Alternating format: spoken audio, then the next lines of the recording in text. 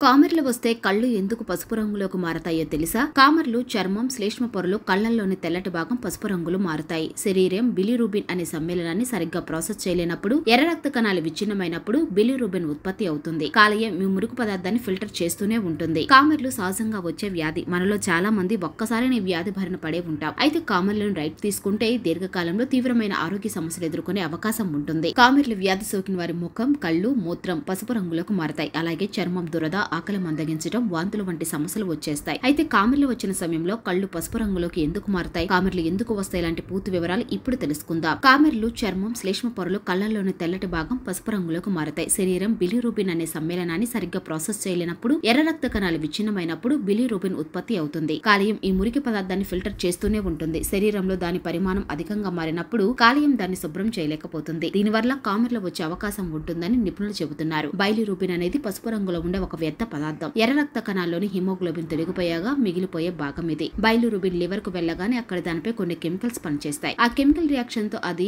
Unconjugated బైలిరూబిన్ అనే పదార్థంగా తయారవుతుంది. కాలేయం దీన్ని పైత్యరసంలోకి పంపిస్తుంది. ఇది చివరికి యూరిన్ ద్వారా విసర్జితమవుతుంది. యూరిన్ పసుపు రంగులో ఉండటానికి ఇదే కారణంగా చెప్పవచ్చు. లివర్ సరిగ్గా పనిచేయనప్పుడు రక్తంలో బిలిరూబిన్ అనే వ్యర్థ పదార్థం పేరుకుపోతుంది. రక్తంలో ఈ పదార్థం పెరుగుదల కారణంగా కళ్ళు, గోర్లు పసుపు రంగులోకి మారుతాయి. బైలిరూబిన్ కంటెంట్ ఇంకా ఎక్కువైతే పసుపు రంగు ఆకుపచ్చ రంగుగా మారవచ్చు.